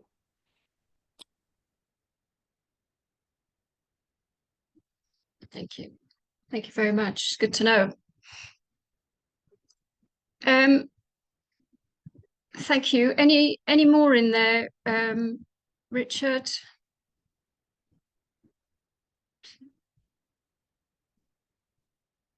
How can countries establish laws or regulations that allow national statistical offices to conduct web scraping of private and corporate data while preserving ease of doing business?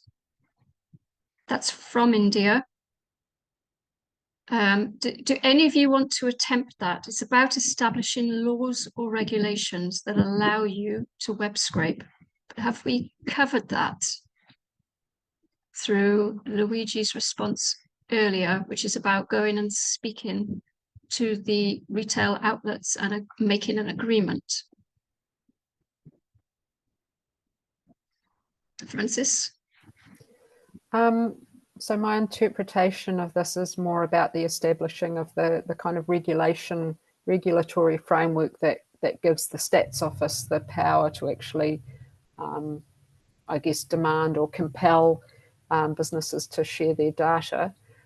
If it is, I would suggest that a good place to start would be looking at the laws or regulations of other countries, because many countries do include within their Stats Acts well, I guess it's evolving. I know in the case of New Zealand, our Stats Act has been updated recently and now includes not just survey physical survey data, but it includes administrative data, online data. So we are able to use the Stats Act more easily now to request/compel provision. Having said that, generally our preferred approach is to have voluntary provision of data. We tend not to try and force anyone to give us data.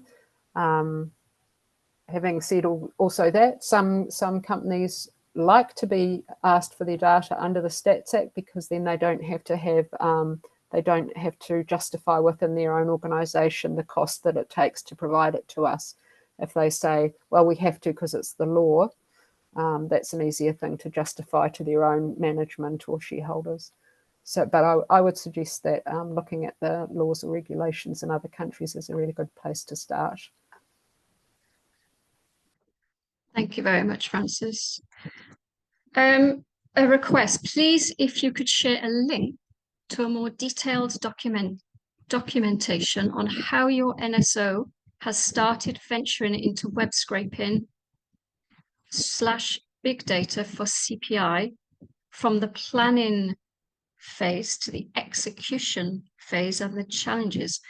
Do any of you have anything written down that could support that?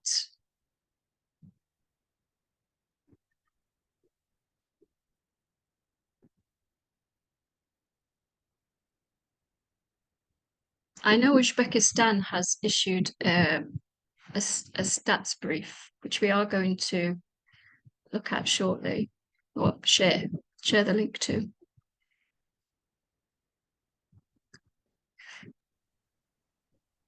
Okay. No responses to that one. Okay, let's move on. Huge thanks to Uzbekistan, Thailand, and Cambodia, and to our 3 speakers, Francis, Christoph, and Luigi. Thank you very much. That was really informative across all of the different scales of where you might be with web scraping. And we promised to signpost some materials. Now, Luigi touched on some of these, and we've promised to touch on them and share them. The UN task team on scanner data, web scrape data, admin data for CPI. Luigi mentioned a handbook. Thank you, Christoph. I see you have to leave. Thank you. Luigi mentioned a handbook that helps give you a framework to work to, and the link is there. It's available for everyone. It's a public document. We've also mentioned a UN learning management system. It's hosted by UN Stats Division in New York. It's an online platform with plenty of learning materials for big data. There are new courses coming soon, specifically from the scanner data, web scrape data, admin data task team. There will be, as Luigi mentioned, some methodological types of training and practical training for those who are starting out on this journey. They're coming soon. I think within the next month, those will be coming soon. The link is there. You'll have to keep an eye, or we will let you know when those materials are available. There are some stats briefs which make some really good reading material, really good reference material if you're thinking about, how are other NSOs doing this. Uzbekistan has issued a stats brief on its modernization of the CPI. That's available. It's well worth going and taking a look to see the stages that they went through. And there's also, it's not quite, it's a big data for economic statistics stats brief. It's much more a look across the region of about who's doing what and what data are they using. And it is just a great reading source to maybe inspire you a bit to think about, okay, well, if they're doing that, then maybe we can do that too.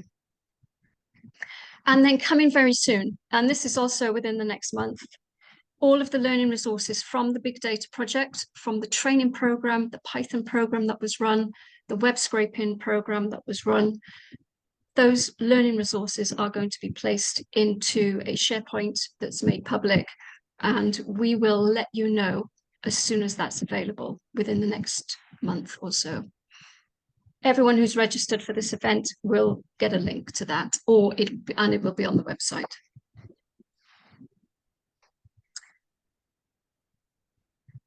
I'm not sure. Yeah. Great, thank you.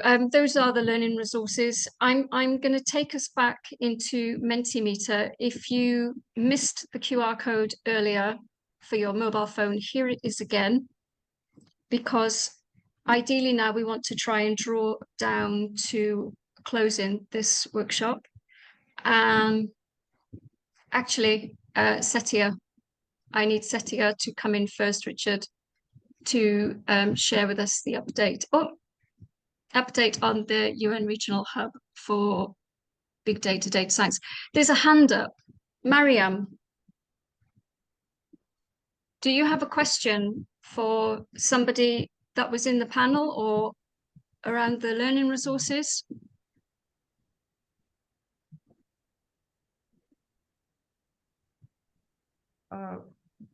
Здравствуйте, большое спасибо за очень интересные представления, презентации. У меня конкретный вопрос, если можно, так как тут много специалистов по веб-скрапингу, скан-дейта. У меня, конечно, мы ничего пока не делаем, но по методологии у меня конкретный вопрос, как усредняются цены ВПЦ при параллельных обследованиях. То есть, например, если мы при традиционных обследованиях обследуем цены на конкретный товар, это 2 или 3 представителя, да, это 2 или 3 бренда, так скажем, то при веб-скраббинге и скан-дейта мы берем цены на тот же, например, товар рис, весь ассортимент, который существует в магазине. И в него входят уже другие совсем бренды, не те представители, которые в ВПЦ. Весь смысл, по-моему, в этом, чтобы охватить большее количество репрезентативов до этого товара. Теперь, если и как усреднять цены, которые есть в ВПЦ для традиционного, и вот этот большой набор брендов, цен брендов, которые обследуются путем веб-скраббинга или скан-дейта.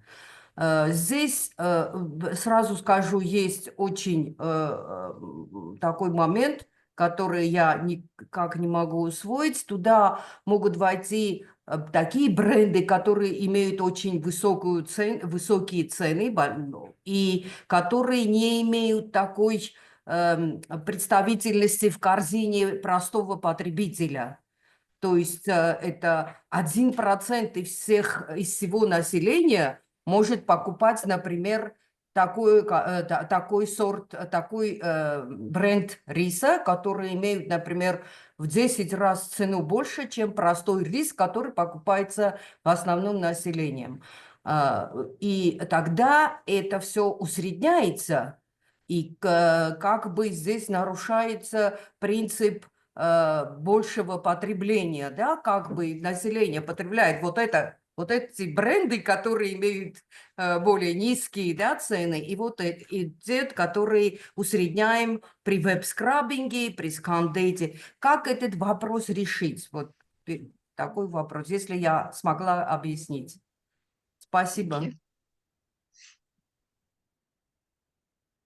Thank you, Mariam. Thank you for the question. Francis, I can see you're coming in to respond. Can we keep the response as quick as possible? And it's maybe something that could be taken offline as well for a discussion.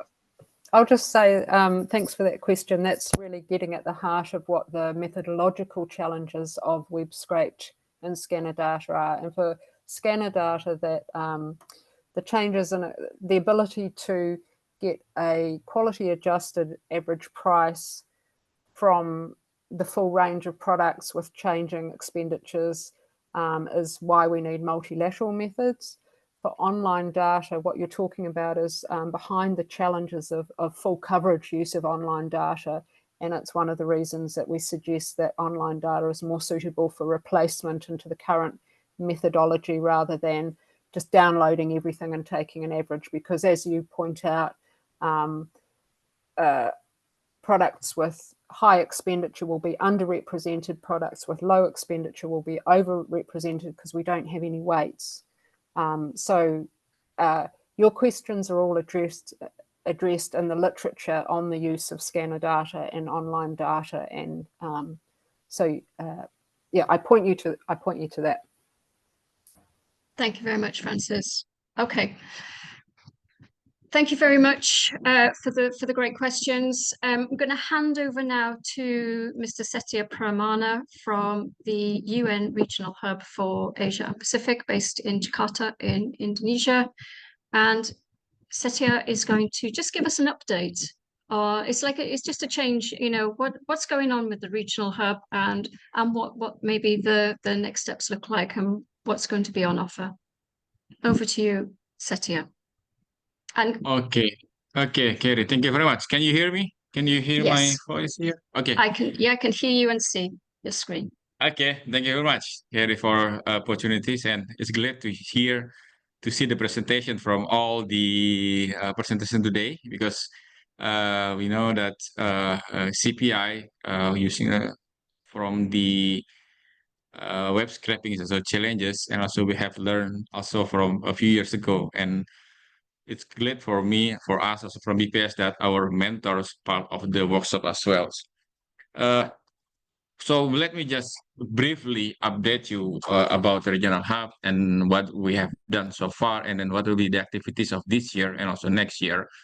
So before that, maybe all of you already knows the hubs, and then I just want to emphasize that the hubs activity focus on the capacity building, research and development, and also partnerships. And we, Indonesia, BPS Statistics Indonesia, will be the catalyst of development of big data and data science for official statistics in the Asia Pacific. Of course, with the support and collaboration with all parties, with all countries in the regions. So the work stream for these at least 2 years, we are focusing on 2 work streams, but it's not limited, of course, to the remote sensing. I think you heard about the implementation of satellite measures for official statistics, especially for agricultural statistics yesterday, where Fauzi and Vida presented the research, which actually part of the work streams, and also mobile positioning data, MPD, for tourism statistics, and other statistics as well. These are our activities during from the first of our establishment in November 2023 until today. Yes, let us just focus on the, for example, for activities related to the remote sensing. We have done several remote sensing activities, webinars and a workshop. Also, we have a data cube training, also field visit in West Java, where Eric was there, Lorenzo was there also, and also we have several workshop as well. For example, together with UNST, workshop of remote sensing and land cover estimation in STIS, and also around technical workshop from ESCAP and also FAO. So for the second activities related to the work streams MPD, we have also several webinars. First webinar is on March 2000 and last year, 22nd of March of MPD to official statistics. So we have last year, I think Rico was there. I don't know whether Rico is still here. So we have workshop of MPD processing for official statistics. This is also a collaboration with the Telkomsel and also ESCAP, also BPS Statistics Indonesia to hold these workshops. We also have for the MPD, we will have several plans for this year. I will I will explain later. But beside those activities on the MPD, also satellite imagery is also hold several activities. For example, we part of the escaping price of CPI training program. 4 of our mentors are part of the activities. Also, just recently, last month, we hold the workshop of machine learning for official statistics, where Christoph was there, also with Sam, also part of the activities as the mentors, and also from Statistics Indonesia. We also have collaboration with Australian Bureau of Statistics. We have Datathon, that Indonesian Datathon, in collaboration with Prosper and also ABS. So for Agenda 2025, we plan to have the workshops, machine learning of statistics. Actually, we have done this. We have a participant from Vietnam, Kazakhstan, and also Turkey and Timor-Leste and Thailand. Also from Malaysia and from Indonesia. So this is in collaboration with ESCAP and also UNSD. So this will be funded by by Indonesian Aid, capacity building for the region, especially for mobile positioning data for official statistics, which actually it's more detailed as compared for last year, because last year is only like an overview because of limited time and so budget. But now we hope that we can have we can have in more detail, and then hopefully we can have like really implementations to the countries. So the first, we plan to have the seminar in Jakarta in May, mid of May. So this will be discussed the latest innovation of MPD for official statistics, and the target will be more to managerial level of staff member of NSO from Asia and the Pacific. That's including Timor-Leste, Cambodia, and the Philippines. This is funded by Indonesian Aid. So maybe other will be funded by either UNESCAP or other UN agency, or self-funded. And so the short course of MPD processing and data analytics for official statistics, it will be done in July, in summer, July and August in Bali. So this short course will be more technical skill of MPD utilization for official statistics, and the target participants in technical level staff. For NSO, for Indo-Pacific, we focus on the three countries which funded by Indonesian Aid: Timor-Leste, Cambodia, and Philippines. Of course, other countries can join with other funding scheme. For us, only focus only we funded only for these three countries so far. But of course, other countries can join, also use different funding scheme. So for 2026, we plan to have a pilot project for using MPD for tourism statistics for Timor-Leste. Of course, this is in purpose to assist the preparation of implementing mobile positioning data for office statistics in Timor-Leste. I think that's all from me, Kerry, for the update of Regional Hub. Of course, we plan to have further collaborations in the research research of remote sensing for agricultural statistics mixed method that already presented yesterday, and we can have further collaboration also support from the UNSD or UNESCAP regarding to this research. Also, we plan to have this knowledge hub where the other can access the information about the big data implementation, not only from our Indonesia, but also from other countries. So we can pull all information, all expertise to this hub, so other countries can learn from this platform.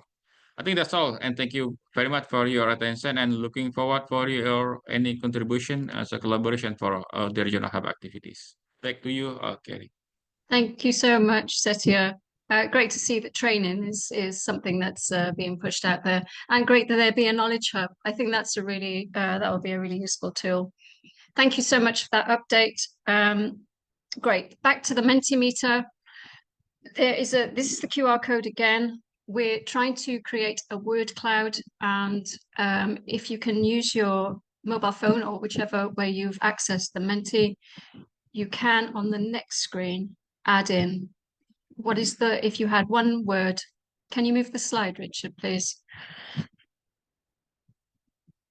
In one word, what is your biggest takeaway from today? And you'll see Uzbekistan is the biggest takeaway from today. That is because Uzbekistan, you are very inspiring. We all want to be doing what Uzbekistan is doing. I think that's lovely. Do put your words in. Let us know what comes to mind if you think of one word What's the biggest takeaway for you today? While you're doing that, please carry on. Please do put your words in, because we'll come back and see what this word cloud looks like at the end. I would also like to ask, I mean, many of you were there yesterday as well. We really would like some feedback on how these workshops have gone. If you've attended both, even more important that you provide some evaluation for us. So that's a different QR code. That QR code there and the link on the screen is for the evaluation form. And I'm hoping, I think Nanapas has just put it into the chat as well. Please do give us some feedback. How relevant has this been to your work? And how interesting and engaging has it been? Thank you for that feedback. Now we really are drawing it into a close. We are now going to hand back over to Ricky, who opened for us yesterday and opened for us today. Ricky, would you like to share with us any reflections on the two-day workshop? Yeah, well, Carrie, thank you very much. I'll try to share a few thoughts because indeed it has been very inspiring. I like that was one of the large words there on your screen. But first, I really want to thank our presenters, our panelists, the different experts who also took part in the Q&As today, and who's also been with us along the journey of working with several countries in Asia and the Pacific to strengthen the use of different types of alternative data and technologies for really improving official statistics. And if I think about both yesterday and today, we've heard from a range of national statistical offices from a list of very different countries. We've heard from Vanuatu, from Indonesia, from Kyrgyzstan, from Malaysia, from Bangladesh, from Uzbekistan, from Thailand, and from Cambodia. And although there are many differences, there are also quite a few similarities. And I'll try to just draw a few of those out from what we've heard and what I've been thinking as I've been listening in. It's very clear that everyone is considering the uptake of new technology and new types of data as a journey. Although some have just started the journey and others are very far along that journey, the mindset seems to be one indeed of this is a step-by-step process. We need to learn as we go. We need to be very open to experiments and also fail once in a while. And we want to make sure that we have processes and systems in place that means that we can still sustain the efforts, even though it's not necessarily a straight improving line all the time. We also heard from several of our speakers that there is, to a very large extent, an agreement of the benefits of picking up new types of data, new type of technology. We've heard improvements both, of course, in terms of more timely statistics, more granular statistics, in some cases also more accurate statistics. And we've heard examples of both time and cost savings. We've also heard a number of concerns that are shared, and I think the overriding concern is the one that relates to sustainability. How do we make sure the efforts can be continued, that momentum is really kept up? And related to that concern about sustainability, we've heard several challenges.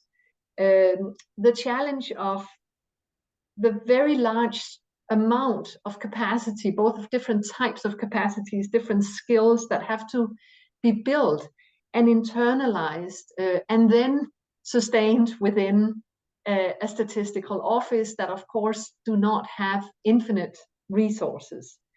We've also heard that the use of this new type of different types of new data in almost all cases is an undertaking that involves several different parts of a statistical office but certainly also a large range of external agencies, other ministries, etc. And the challenge to make sure that there is some kind of shared vision and a shared sense of ownership that in many cases need to reach and go beyond the statistical office itself is a challenge, and something that forces us also to change our ways of working in many cases. We heard yesterday there was one person who said that cooperation was the key to success in terms of the use of new data and data science. And I think that is definitely something that's been demonstrated by all the examples that we have heard of yesterday and today. And we've also, again, continuing to think about this issue of sustainability, I feel we've heard several good practices. Today we've heard several people talk about the need to begin small, start small, look at things in a modular way, looking for incremental progress and different types of phased approaches to succeed. We've also heard, related to the issue of training and capacity support, the necessity of putting in place some kind of regular trainings or workshops or internal exchanges of knowledge that can be sustained within the existing resources. We've heard of several good practices in terms of regularizing interdepartmental cooperation. And again, here we look at cooperation both internally in NSOs, but also established mechanisms for interagency and interministerial cooperation.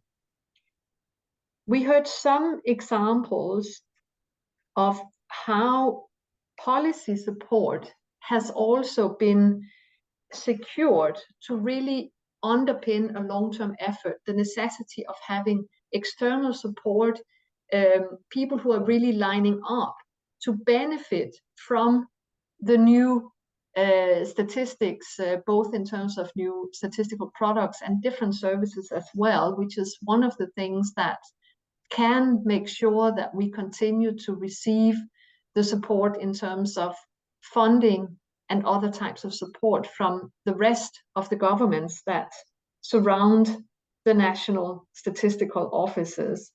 And finally, we heard just a few examples of sharing the success. We've all been sharing successes yesterday and today, but very much with our own communities. But we did hear a few examples of successes that have been shared beyond.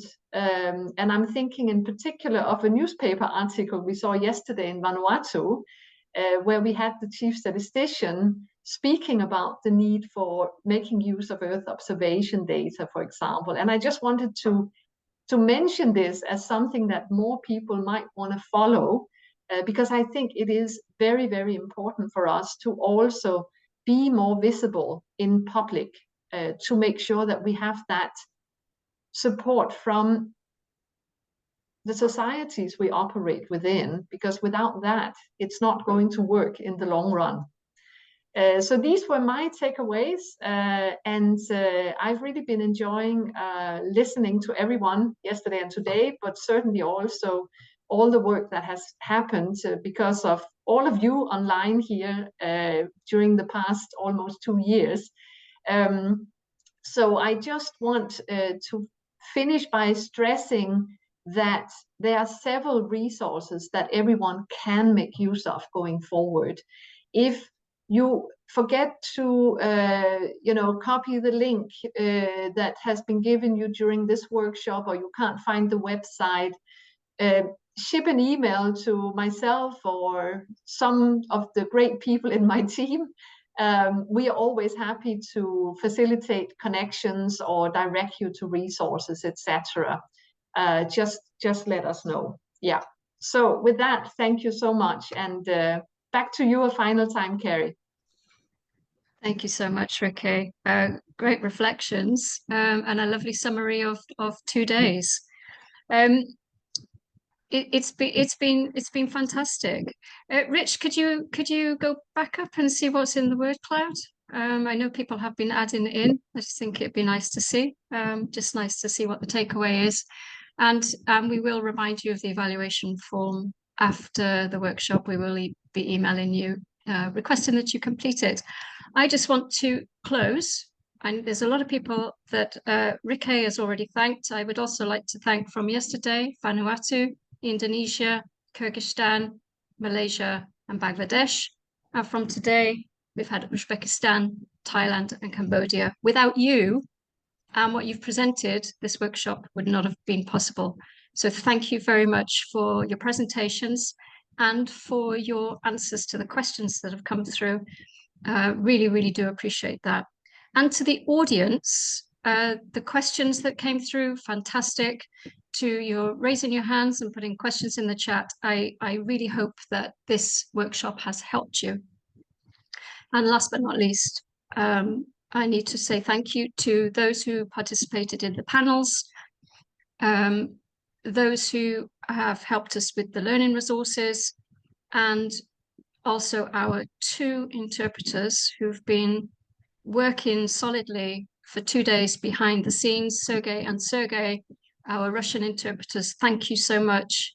Your input has been greatly appreciated. I think we're there. We come to the end. Huge thanks, everyone. This has been really inspiring. Thank you. And good luck with the next steps. Bye. Thank you. Thank you. Thank you. Bye. Thank you. Thank you. Good night, Thank everyone. you. Bye. Thank you. Goodbye. Thank you, everybody. Bye-bye.